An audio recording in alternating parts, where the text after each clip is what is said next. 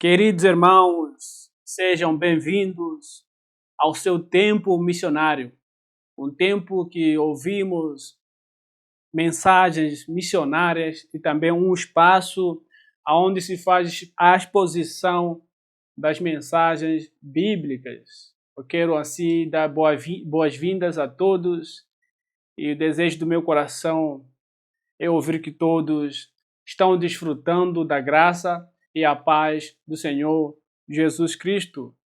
E hoje, no seu tempo missionário, o objetivo é dar continuidade do que já viemos falando, já estamos aqui abordando sobre a obra missionária. Aqui nós falaremos agora da segunda viagem missionária e é continuidade da segunda viagem missionária. Nós tivemos ali a segunda viagem missionária 1, a segunda viagem missionária 2. E aqui será a segunda viagem missionária 3.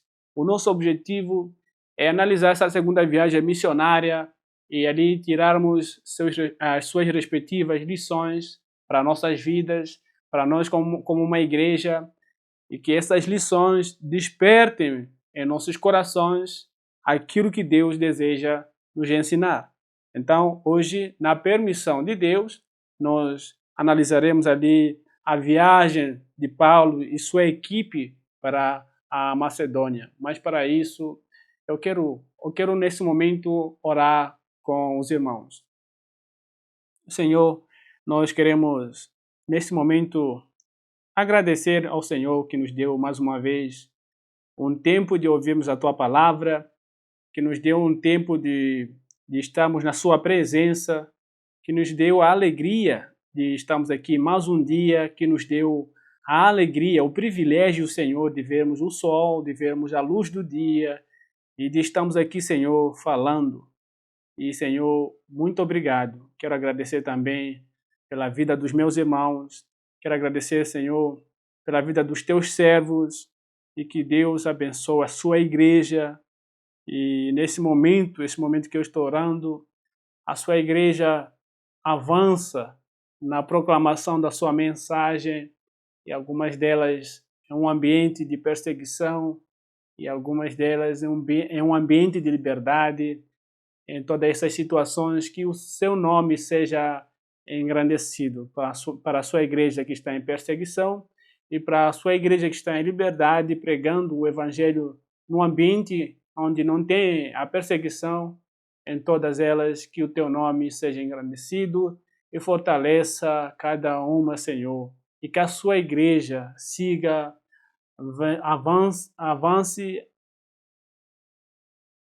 avante para a proclamação da tua palavra. Senhor, muito obrigado por esta oportunidade. É assim eu oro no nome do Senhor Jesus. Amém. O último estudo que vimos foi sobre a segunda viagem missionária e terminamos ali quando Paulo teve a visão do jovem macedônio clamando, falando para Paulo que passasse pela Macedônia e ajudasse. Isso se encontra no versículo Atos capítulo 16, do versículo de 6 a 10. Eu vou ler novamente. Diz essa visão.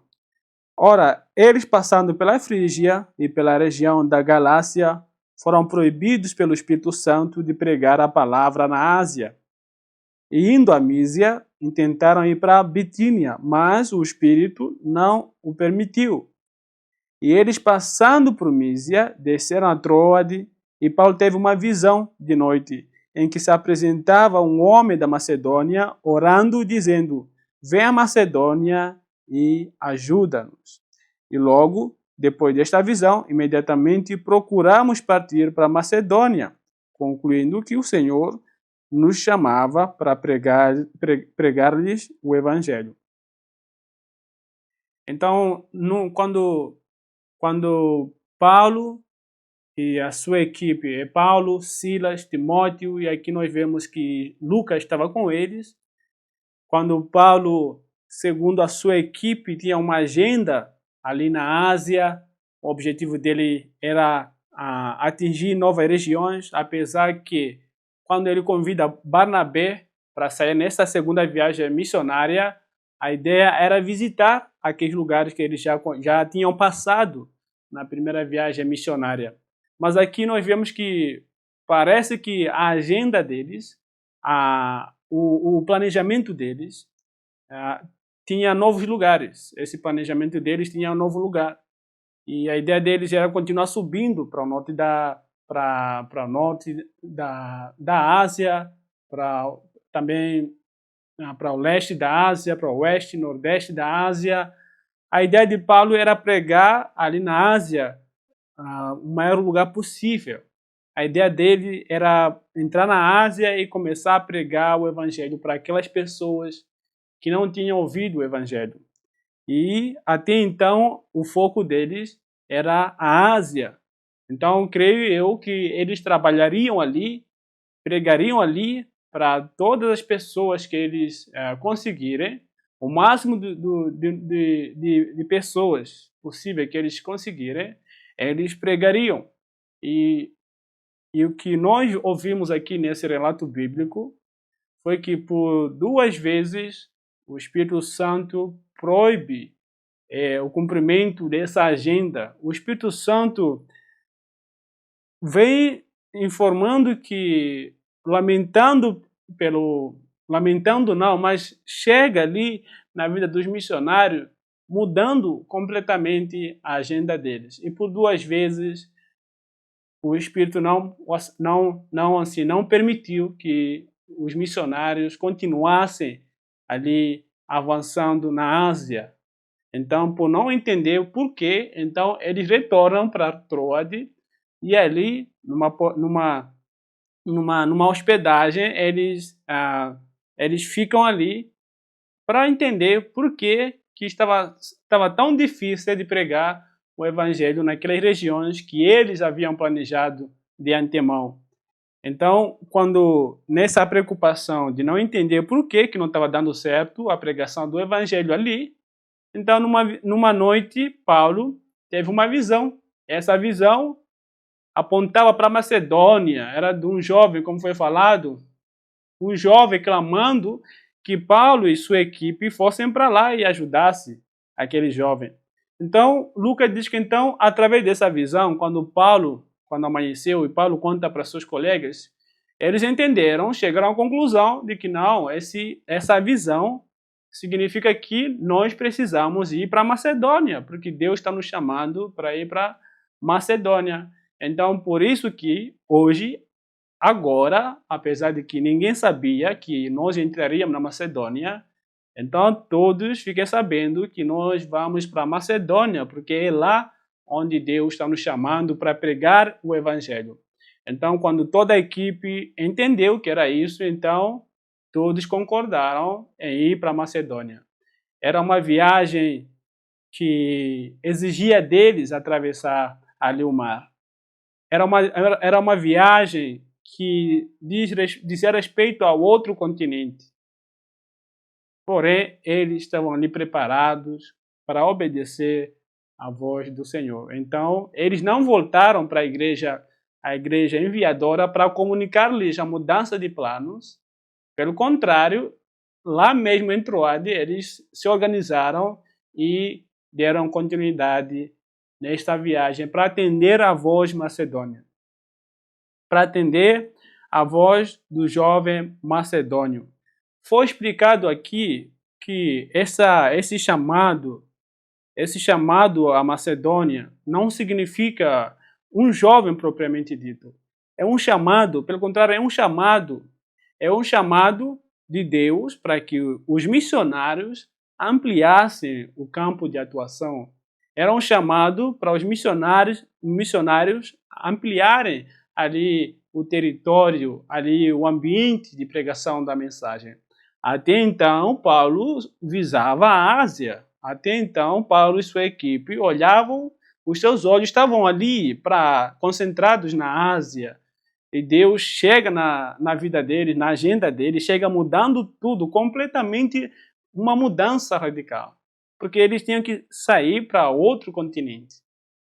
Se fosse uma cidade dentro da Ásia, aí estava bom. Parece que essa mudança será de menos, mas uma mudança para ir num outro continente. E nós tiramos, baseado nessa mudança de agenda de Paulo e sua equipe, nós tivemos ali algumas lições que ao homem cabe, é bíblico isso, que ao homem cabe fazer planos, porém, quem tem a última palavra é o próprio Deus. Por isso que quando nós nos preparamos, quando fazemos planos, quando traçamos planos, precisamos dar a Deus espaço para agir em nossa agenda. E nunca está cega, nunca está ali concentrada, ser escravizado pela nossa agenda, enquanto que Deus está nos chamando para fazer algumas alterações ali na agenda. Então, se você é uma pessoa que gosta de planejar e que faz muitos planejamentos e que é guiado pela agenda, essa mensagem, eu quero te encorajar com essa mensagem, dizer que abra sua mente para deixar Deus agir segundo a sua agenda. Abra sua mente para que Deus mude a sua agenda. Esteja atento para o que Deus vai falar.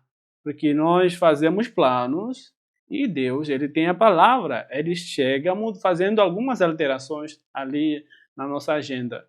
Então, quando Deus muda a nossa agenda, ele viu que é para o bem do reino. Então, nós precisamos aceitar e nos alegrar com isso e não ficar triste porque não conseguimos fazer o que nós queríamos fazer, porém, nos alegramos porque agora Deus está vendo que há uma necessidade onde eu não conseguia enxergar essa necessidade.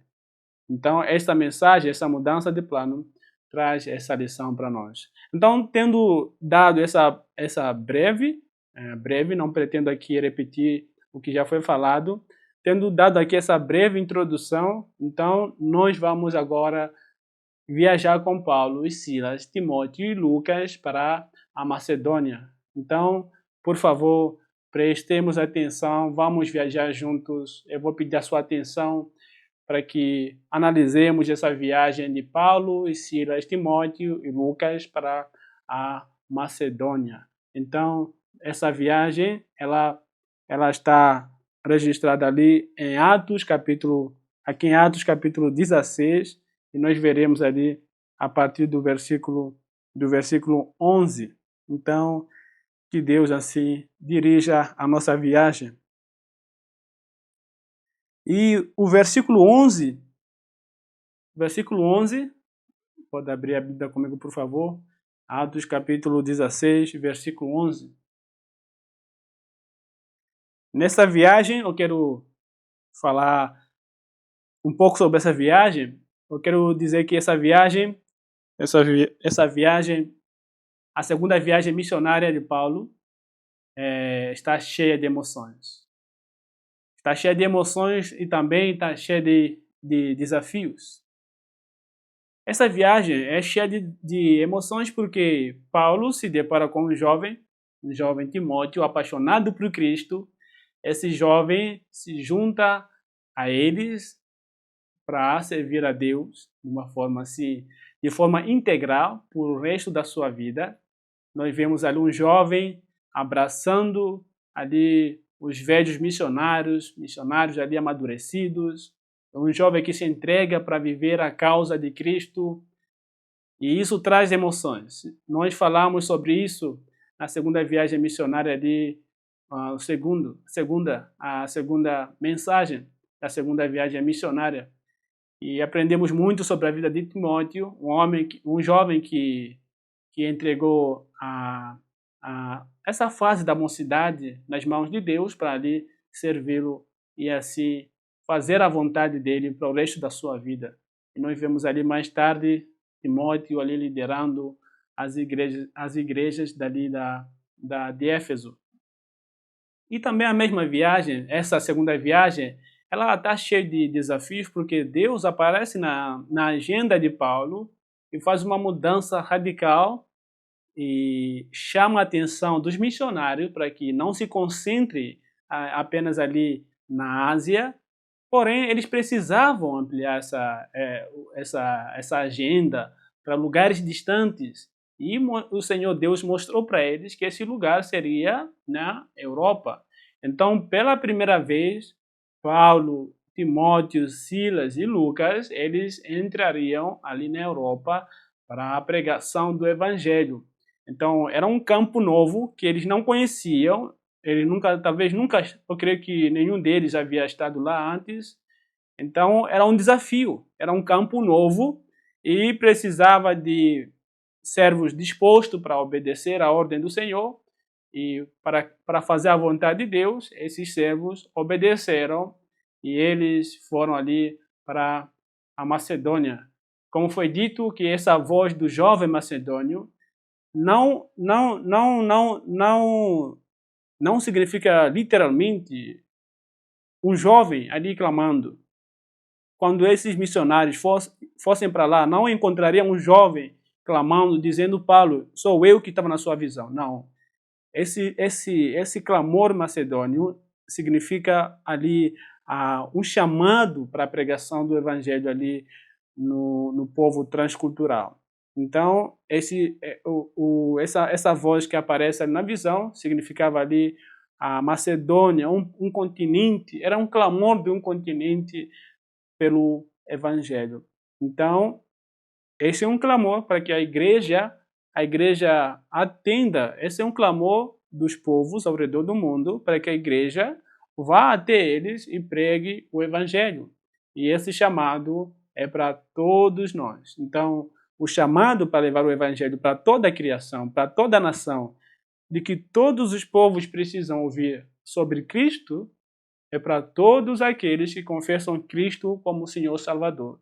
Então, se você que está ouvindo agora, você crê no Senhor Jesus Cristo como Senhor e Salvador da sua vida, então, hoje, se você não ouviu, se você não tinha ouvido antes, eu quero te deixar sem desculpas. Eu quero dizer para você que você tem uma missão. Essa missão é pregar o Evangelho para todas as nações. E a partir de hoje, essa é a sua missão, se você não sabia. Então, Paulo e seus companheiros, ao ouvir essa voz, não hesitaram. Pelo contrário, eles estavam ali dispostos para fazer a vontade de Deus e eles abraçaram o chamado para ampliar ali para a Macedônia a sua agenda. E, como servos dispostos, eles obedeceram e eles foram.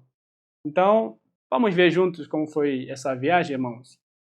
No versículo 11, Atos capítulo 16, versículo 11, diz que a viagem para a Macedônia, ali pelo visto, dá para entender que foi por via marítima.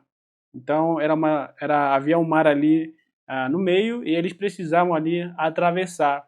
Apesar de que quando nós olhamos para o mapa, tem como passar. Parece que tem como passar por via terrestre, mas seria mais longe ainda. Então, eles viajaram ali por via marítima. Então, quando eles saem dali de Troade, eles pegaram um navio ou um barco. Então, eles chegaram na ilha de Samotrácia, como diz o versículo 11. E navegando de Troade, fomos diretamente para Samotrácia. E no dia seguinte para Neápolis. Então, Samotrácia era uma ilha. Então, eles, tendo saído de Troade, eles ancoraram ali, pelo visto foi à noite, na ilha de Samotrácia. Então, no dia seguinte, eles ficaram ali em Samotrácia, dormiram ali, e no dia seguinte, eles entraram pela primeira vez na cidade chamada Neápolis. Eles já estavam no continente europeu. Então, eles entram pelo Neápolis. Pelo visto, ali havia um porto. Então, quando eles chegam ali no porto de Neápolis, eles tiram toda a sua bagagem, com certeza. Então, de Neápolis, os soldados de Cristo, soldados incansáveis, assim podemos dizer, eles percorreram mais ali 15 quilômetros para o interior, numa cidade chamada Filipo. Filipo ficava no interior. E Filipo, como a Bíblia nos diz, versículo 12, diz que e dali, está dizendo, de Neápolis para Filipos, que é a principal cidade desta parte da Macedônia. E é uma colônia, e permanecemos por vários dias nesta cidade. Então diz que de Neápolis os soldados foram para Filipe. Filipe era uma cidade no interior. Então quando ele chegou em Neápolis, a distância ali entre Neápolis e Troade, alguns dizem que é de 240 quilômetros. Então imagina 240 quilômetros de navio ou de barco. E ao chegar em Neápolis, eles pegam mais ali por via terrestre 15 quilômetros para chegar ali em Filipe. Filipe diz que, a narrativa de Lucas diz que Filipe era uma colônia romana e disse que o imperador romano tinha uma estratégia. Ele criava colônias. Essas colônias era muitas das vezes, na sua maioria, formada por soldados aposentados. Então, aqueles soldados aposentados, quando eles se aposentavam, claro, eles eram incentivados a viver em colônias. O objetivo do Império Romano era dar um reforço ali para aquela cidade. Era uma estratégia de criar cidades fortes. Então, uma cidade cheia de soldados já aposentados, com certeza, a qualquer momento essas pessoas seriam ali chamados para atuar, porque eles já tiveram a experiência de uma guerra. Então, essas colônias, na sua maioria, era composta de soldados. Então, foi ali em Filipe que os missionários chegaram ali para atender o chamado de Deus. Afinal de contas, Deus estava ali chamando. Então, Filipe era a capital, podemos dizer assim, do Império ali romano ali na Macedônia. Então, os missionários eles precisavam ali de uma hospedagem. Então, eles, com certeza, o desafio não seria fácil para eles. Então, Filipe fazia parte podemos concluir assim que Filipe fazia parte dos territórios pertencentes ali ao Império Romano e, como foi falado, da estratégia ali do imperador criar colônias e deixar morando ali os soldados assim aposentados e outras pessoas também poderão morar nesses lugares. Mas foi dito que na sua maioria eram soldados, era comum ver soldados ali antigos, soldados aposentados. E esse incentivo de soldados para morar em colônias oferecia alguns benefícios, como a isenção de pagamento de impostos. Então, já que o imperador queria formar essas colônias, então ele tinha que oferecer algum benefício para esses soldados. E por isso que alguns tinham o privilégio de deixar a Itália para morar nessas colônias, como ali para evitar esses impostos. Então, os missionários haviam chegado ali na Macedônia. Os missionários haviam ancorado ali na Macedônia. Eu creio que quando eles chegaram foi cheio de emoção e alegria de poder atender a voz macedônia, a voz macedônio do jovem que clamava: passa por aqui e nos ajuda. E os missionários haviam chegado ali. Então, a visão que Paulo tinha visto naquela noite foi de um jovem. E quando eles chegam na Macedônia, eles não se hospedam ali, eles não se hospedam na casa do jovem que eles viram na visão. Isso porque quando eles chegam lá, eles não ficam hospedados na casa do jovem, porque na verdade o jovem não existia, como foi falado. O jovem não existia. Aquilo foi uma visão. Então, uma visão tem um significado. O significado dela foi esse, que os missionários precisavam ali mudar da agenda para atender o chamado ali transcultural e para o chamado internacional. Então, eles precisavam ir para outro continente para a pregação ali do evangelho. Então, essa voz representava o clamor internacional da pregação da palavra. Então, não um jovem propriamente dito. E ali estavam os missionários. Ao chegar em Filipos, eles precisavam descansar em sua casa alugada. Eu quero acreditar que a princípio ali era uma hospedagem que eles precisavam pagar. Talvez depois eles tiveram que ficar hospedados na casa de alguém conhecido. Eu quero acreditar. Ou então não. Talvez eles tenham ficado na casa alugada todo o tempo que eles ficaram lá e, em alguns momentos, saindo para visitar ali alguns crentes que iam se convertendo. Então, a estadia deles na hospedagem os permitiria planejar os lugares de atuação e suas devidas estratégias, tudo isso feito na base de oração. Então, eles precisavam traçar o plano de atuação. Às vezes, Deus mostra o lugar. Deus, ele mostra ao missionário, ao servo dele, onde ele deve ir, que lugar ele deve ir, e as estratégias e planejamento de como fazer a obra dele é do missionário. Deus vai mostrando, ele vai dizer, olha, tem que ir por esse caminho, olha, eu te quero naquele país. Porém, a estratégia de como o missionário vai pregar, de como vai abordar as pessoas, qual o meio de evangelismo, isso é da responsabilidade do missionário. É aqui onde entra a importância de ensinos teológicos e treinamentos missionários.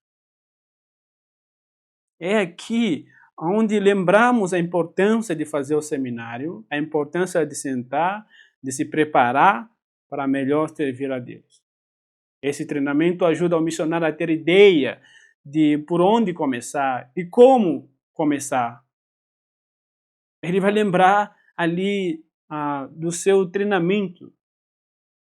Os treinamentos ajudam a conhecer o povo, e uma vez que o missionário já conhece o povo, isso se chama ali o conhecimento da cultura, ali da língua. Uma vez que o missionário conhece o povo, então ele vai traçar estratégias, vai fazer planejamentos baseado no povo, baseado na rotina do povo, baseado de como o povo vive.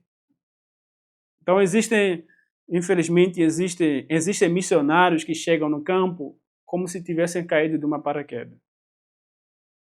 Existem missionários, irmãos, que chegam no campo como se tivessem caído de paraquedas, sem treinamento, nem experiências como deveria. E quais os resultados quando o missionário chega no campo sem treinamento, sem capacitação? Claro que Deus, ele capacita. O Espírito Santo nos capacita. Mas imagina uma pessoa que chega no campo sem experiências. Já imaginamos quais são os resultados? Irmãos, quando essas pessoas com boas intenções, eles vão para lá com a ideia de pregar o evangelho, e quando eles chegam lá sem treinamento, os resultados serão fatais. Os resultados serão fatais. Eles se frustram por não conseguirem fazer amizades. E muito menos ter a abertura ali do meio, ter a abertura do povo. Ele se frustra, ele não sabe como começar. E como abordar o povo, como começar ali a fazer relacionamento, não sabe que quando chegar lá tem que fazer isso. Então, tudo isso, essas frustrações vão acontecendo quando o servo de Deus sai da sua igreja sem nenhuma capacitação, apesar de ter boas intenções. Porém, ele vai enfrentar esses desafios e vai se frustrar. E às vezes essa frustração é resultado, não é porque ele não teve treinamento. Às vezes acontece porque durante o treinamento, até que o missionário, a pessoa que está lá no campo, ele pode ter feito um treinamento. Mas ele vai se frustrar, às vezes porque quando estava ali fazendo o treinamento, ele não levou a sério o seu treinamento. Ele não se concentrou no treinamento, ele não levou a sério o seu treinamento.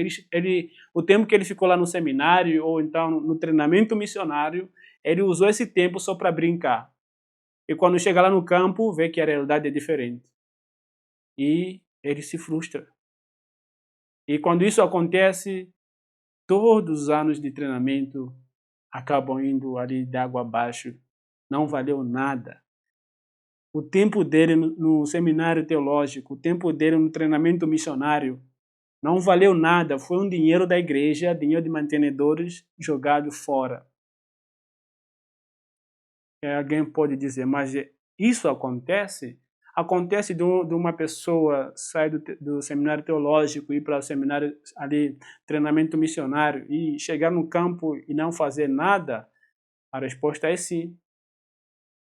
As causas são essas mencionadas, porque algumas pessoas não levaram a sério o treinamento, então não se lembra de nada e não consegue fazer amizade com o povo, não consegue ali ter a aceitação do povo, não consegue, passam anos e anos, não consegue como criar amizade, não sabe como criar amizade, não sabe como começar ali a estar no meio do povo, a participar das suas conversas diárias. A pessoa não sabe nada. É porque a pessoa passou por essas causas que por essas causas que eu acabei aqui de mencionar. Não levou a sério o treinamento, ou então a pessoa foi lá sem a capacitação devida. Então, ele vai se frustrar. E depois dessa frustração, o que acontece quando o missionário se frustra, não consegue fazer amizade, não consegue ali, se adaptar na cultura? Alguns deles acabam ali desistindo. Apresentam desculpas e retornam para casa. Ou então, se eles não retornam para casa, eles permanecem lá. E o que eles fazem? Eles ficam lá e começam a fazer tudo que vê na sua frente. Eles fazem de tudo. Eles fazem de tudo e não sabem olhar para a sua prioridade, não sabem olhar para onde ele está indo. Eles fazem tudo. Claro que foi falado aqui que devemos planejar e estar atento ao que está acontecendo ao redor para se atendermos. Mas quando o missionário está lá no campo, sem planejamento, sem nada, na verdade ele não sabe o que fazer, ele vai fazer de tudo que vier na sua frente. E nisso o tempo passa e às vezes vai ver que a idade também já passou e não tem nenhuma igreja plantada, nenhum crente e ainda mais para piorar a situação, nenhuma pessoa ouviu falar de Cristo. E é a pergunta que nós fazemos: o que essa pessoa ficou fazendo durante a sua vida ali com o povo? Talvez essa pessoa ficou ali fazendo pães, como nós vemos ali quando o Senhor Jesus pregava, multiplicava os pães. Havia aquelas pessoas que só queriam pão. Eles iam para onde estava Jesus só para comer um pão. E quando o missionário vai para o campo sem nenhum treinamento, sem nenhuma capacitação e não sabe como iniciar seu ministério, ele vai ficar ali fazendo pão, sustentando o povo. Talvez fazendo um trabalho social, produzindo pão toda hora. E se esquecer da prioridade ali, se esquecendo ali do alvo primordial, que é a pregação da palavra de Deus. Irmãos, eu sou a favor dos trabalhos sociais, mas o trabalho social tem o seu lugar no reino de Deus. Se Jesus tivesse vindo aqui neste mundo só para o trabalho social, ele não teria ali, não teria desmascarado aquele grupo que só queria pão. Ele não teria ofendido aquele grupo. Pelo contrário, ele continuaria produzindo pão para eles. Mas por saber que aquele grupo só queria pão, quando eles chegam ali, diz: mestre, te procuramos por todo lugar, não te encontramos. Onde estavas? E Jesus diz que eu sei que vocês estão me procurando porque vocês querem comer pão. Então ele vai direto no assunto, de que a preocupação deles por Jesus não era pela mensagem, não era por aquilo que Jesus é, não. Eles queriam pão, eles queriam comer o pão. E Jesus diz que eu sei que vocês estão me procurando porque vocês querem comer pão, mas eu sou mais que isso. E quando ele começa a explicar quem ele é, e eles saem todos, se espalham todos, não queriam ouvir a mensagem. Então, quando o missionário está ali no povo, está no meio do povo e está ali produzindo pão e não sabe o que fazer, na verdade, eu quero dizer isso, que ele está ali sem nenhuma direção, sem nenhum planejamento, essa pessoa vai acabar fazendo pão a vida toda e vai descobrir que a vida acabou. Ele só ficou lá produzindo pão. E o essencial ele deveria fazer, que é a pregação da mensagem, ele não fez. Então, queridos irmãos, aqui fica um incentivo e encorajamento para aqueles que desejam ali ganhar almas para Cristo. Se você quer ganhar almas para Cristo, meu conselho é: prepare-se antes. O trabalho, com certeza, irmãos, o trabalho de pregar o Evangelho para os povos não alcançados, o trabalho é urgente, mas deve ser feita com excelência. O trabalho de Deus é urgente, sim, mas deve ser feito com excelência. E como que nós faremos um trabalho com excelência sem preparo? Aqui está um incentivo, um encorajamento para nos prepararmos melhor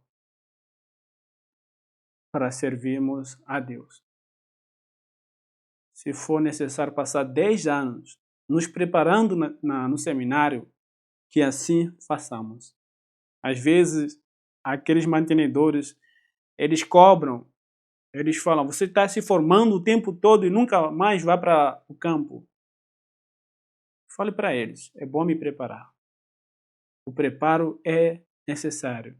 Se você que está aqui ouvindo esta mensagem, se você é um dos mantenedores da obra do Senhor, então, para além de ficar exigindo os frutos, reconheça que o tempo de preparo é necessário. Se a pessoa que você está apoiando está no seminário, graças a Deus, apoie essas pessoas. Não desanime, mesmo que precisa ali se preparar por 5 anos, 4 anos, 6 anos, continue apoiando. O preparo é necessário. Irmãos, a realidade é que os povos estão ali morrendo sem Jesus. É triste ouvir isso, que as pessoas, que os povos estão perecendo sem Cristo. Essa realidade é triste. Mas é tão triste, irmãos. Será tão triste vê-los perecendo na nossa frente, sem podermos fazer nada, sem podermos ajudá-los, porque nos falta ali a capacitação devida. Às vezes a pessoa bem intencionada chega no campo missionário e começa ali e se depara com a língua do povo. E ele não fala a língua. E ele ignorou essa parte de aprender, de ir para o treinamento missionário, capacitação missionária, fazer a linguística para saber como aprender a língua da outra pessoa. A pessoa ignorou, o missionário ignorou.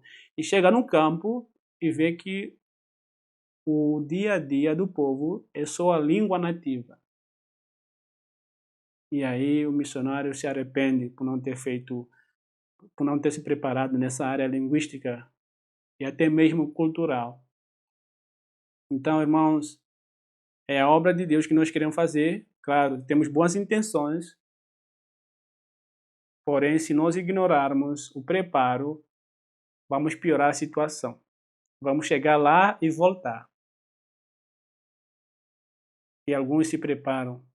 E já pensou, se tivesse se preparado antes, já teria remido o tempo. Então, aqui fica um encorajamento para nós. No caso, agora voltando para Paulo e sua equipe, no caso dos missionários, Paulo, Lucas, Silas e Timóteo, eles estavam ali na hospedagem os primeiros dias. Eles precisavam ali descansar, claro, vieram de uma viagem longa, e precisavam descansar ali na hospedagem, e depois ali eles precisavam planejar em equipe.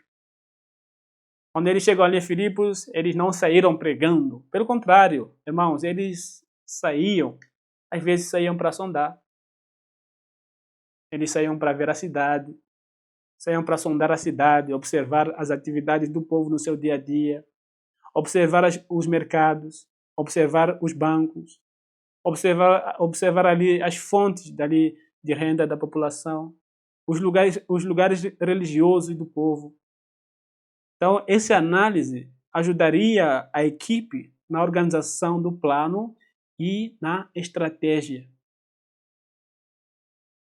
Nós lembramos, quando vamos para o Antigo Testamento, nós lembramos o envio dos espias que Moisés faz ali no deserto. O objetivo de enviar espias para espionar as terras do inimigo, ali no deserto, tinha o alvo de conhecer os fortes, conhecer as áreas fortes e as áreas fracas do inimigo. E depois de conhecer essas áreas fortes e fracas do inimigo, então Moisés estava ali com a ajuda de Deus. Ele, ele criaria uma estratégia de como vencer esse inimigo, apesar de que foi sempre Deus que agiu. Então, o envio dos espias deve nos ensinar alguma coisa sobre essa viagem. Então, quando os missionários chegam e eles não saem direto para pregar, eles sentam, descansam, planejam e vão conhecendo o povo. Isso ajudaria eles de como traçar uma estratégia e um plano de atuação ali naquela cidade. Essa estadia deles ali na Macedônia, ali em Filipe, não seria de um dia, eles levariam tempo. Então, eles precisavam de planejamento. Então, como foi dito, a importância de planejarmos. Às vezes o missionário chega no campo e não sabe por onde começar. Isso é triste. Então, nos versículos 13 e 15, Lucas nos conta que depois do descanso, o primeiro sábado, desde que iniciaram suas visitas na cidade, observaram que havia um grupo de mulheres judias que se reunia na beira do rio. Vamos ler? Então, diz assim, versículo 13 e 15, diz assim: No Shabat, saímos da cidade para a beira do rio, onde a oração costumava ser feita. E assentando-nos, falamos às mulheres que ali se reuniam. Versículo 14. E uma certa mulher chamada Lídia, vendedora de púrpura, da cidade de Tiatira, que adorava a Deus, nos ouviu. E o Senhor lhe abriu o coração, para que ela estivesse atenta às coisas que Paulo falava. E quando ela foi batizada, e a sua casa,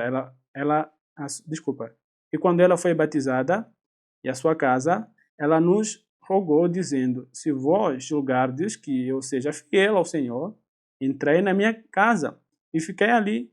E ela nos constrangeu. Então, no versículo 13 e 15, quando eles saem para a cidade, eles estão ali conhecendo, estão sondando a cidade, descobriram que tem um lugar onde as mulheres se reuniam para orar. E esse lugar era à beira do rio. Então, elas usavam aquele momento, os missionários descobriram que essas mulheres usavam aquele momento para orar. Então, pelo visto, ali não havia sinagogas.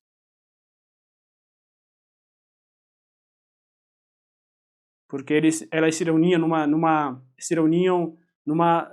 num lugar à beira do rio. Então, isso significa que não havia sinagogas. Então, e também isso nos mostra que o número dos judeus naquela cidade era pequeno, o que também apoia aqui essa posição da falta de sinagogas. Segundo a história ali, segundo a tradição judaica, para criar uma sinagoga, ali precisava de pelo menos 10 homens. E quando não é esse número, então não há sinagoga. Porém, o que nós vemos ali é que havia um número suficiente de mulheres. Deve ter ultrapassado 10. Mas a sinagoga não eram formadas baseada no número das mulheres, mas sim baseada no número de homens. Então, por que não havia sinagoga se tinha mais de 10 mulheres? Porque precisava-se de 10 homens, não 10 mulheres. Segundo ali a tradição dos rabinos, eles dizem que vale mais, eles diziam que valia mais queimar os manuscritos do que entregar esses manuscritos, essa lei, a uma mulher. Então isso justifica a reunião das mulheres. Elas se reuniam só para orar e sem estudos da lei, sem a leitura da lei. como era comum nas sinagogas. Então, para os rabinos, a mulher não prestava. Para os rabinos, a mulher, essa parte da criação de Deus, para eles, isso é algo da mente deles, não é algo de Deus. Para eles, a mulher não era nada. Então, eles preferiam queimar os manuscritos do que entregar que uma mulher leia esses manuscritos. Senão, as mulheres iam ler esses manuscritos no seu tempo de oração. Então, quando os missionários, apesar da maioria deles ser originários do judaísmo, quando eles se converteram, eles entenderam que a cruz reúne todos os povos, todas as pessoas, seja mulher ou homem. E a cruz, como Paulo fala em Efésios, diz que a cruz destruiu todo e qualquer tipo de discriminação. Então, a cruz, irmãos, vamos prestar atenção. A cruz de Cristo, na cruz de Cristo, todo e qualquer tipo de discriminação é abolida. Não encontra base. Então, sem medo, os missionários se aproximaram daquele grupo das mulheres. Então, eu creio que o primeiro sábado foi só de observar, mas os outros sábados foram usados para a pregação do Evangelho. Então, nessa primeira pregação, nós vemos ali a Lídia, ela aceita a mensagem, ela foi a primeira semente a brotar do Evangelho ali na Macedônia. Então, a presença dos missionários naquela região, já imaginou aquele grupo de mulheres e os missionários eram 4, se aproximando daquele grupo de mulheres. Eu creio que as mulheres devem ter se perguntado: quem são esses homens que se juntam a mulheres que há muitos anos vêm sendo desprezadas, vêm sendo consideradas como um trapo de imundície? Quem são esses homens? Mas eu creio que Paulo explicou que a resposta para isso está na cruz. A cruz destruiu todo tipo de inimizade. Na verdade, quando Deus cria o homem e a mulher, a Bíblia já fala que a mulher é uma parte muito essencial para o homem. Então, por que os rabinos desprezavam as mulheres? Isso era segundo a tradição deles. E vamos lembrar que o Senhor Jesus foi contra a tradição dos judeus. Eles tinham a lei, mas eles colocavam uma tradição acima da palavra de Deus. E isso é uma abominação. É uma abominação. Então, o Evangelho, a palavra sobre Cristo, as boas novas do Evangelho, elas valorizam mulheres. E Deus valoriza ainda mais, porque Ele criou a mulher. Então, mulheres, se sintam encorajadas, que a Bíblia diz que vocês são a parte mais essencial do homem. Então, vocês são importantes no reino de Deus. Então, em nenhum momento se sintam desprezados. E aos homens, aqui fica uma mensagem: valorizemos as mulheres. Então, a pregação dos missionários, ali, quando Paulo abre a boca e fala do Evangelho, foi usada para abrir a mente da Lídia. Lídia era uma mulher estrangeira ali em Filipos. Ela não era dali, ela era uma vendedora de púrpura. Ela veio de uma outra cidade, porém ela estava ali. Não se sabe se ela tinha mudado ali por causa dos seus negócios, não se sabe, ou então se houve outra causa, mas quando os missionários chegaram, ela estava ali. Ela não era judia, ela conheceu o judaísmo, se converteu ao judaísmo, se juntou àquela equipe das mulheres e oravam. Talvez aqui a gente encontre as razões por que às vezes as reuniões de oração são frequentadas por mulheres apenas. Na maioria, podemos dizer assim, na sua maioria, frequentada por mulheres. Não sabemos, mas isso não é uma doutrina bíblica. Era só uma análise apenas. Então, essa mulher acabou abraçando a fé dos judeus e ali se juntou para ali orar com as mulheres.